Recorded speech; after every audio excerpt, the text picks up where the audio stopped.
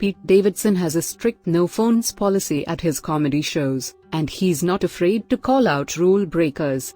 While Davidson, 29, was performing at City Winery in New York City on Thursday, November 2, he noticed a rogue venue staffer pull out their phone.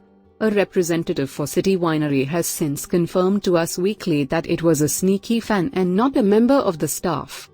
From his perch on the stage, Davidson interrupted his set to address the employee who was filming and shouted, "F you," according to an eyewitness. The Saturday Night Live alum then instructed his security guard to escort the person out of the room. Davidson claimed that he pays $10,000 to lock up your phones before he carried on with his set as planned. The incident was not further addressed during the remainder of the performance.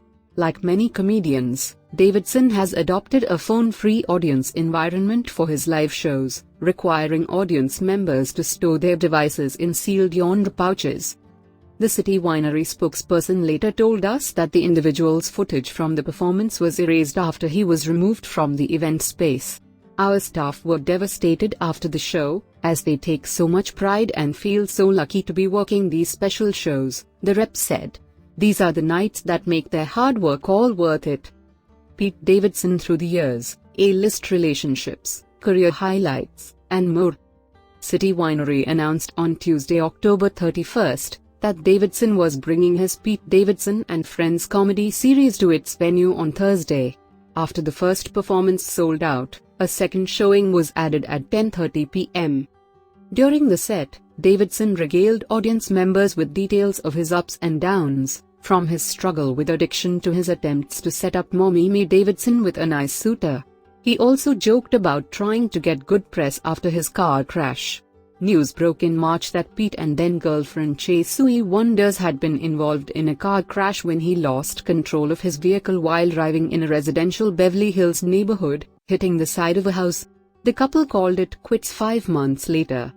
"We believe that Mr. Davidson engaged in reckless driving, which ultimately resulted in his involvement in a serious collision into a home. Luckily, no one was seriously injured as a result of this collision," the Los Angeles District Attorney's Office told Us in a statement regarding the accident.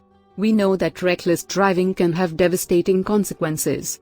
In 2022, traffic fatalities in Los Angeles have reached the highest levels seen in 20 years. Us confirmed in June that Pete was charged with one misdemeanor count of reckless driving and was ordered to complete 50 hours of community service and 12 hours of traffic school.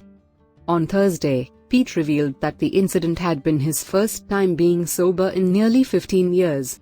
As a result, he joked that he was now willing to sign up to grant Make-A-Wish requests in order to get good press, which becomes more necessary once you drive into a house.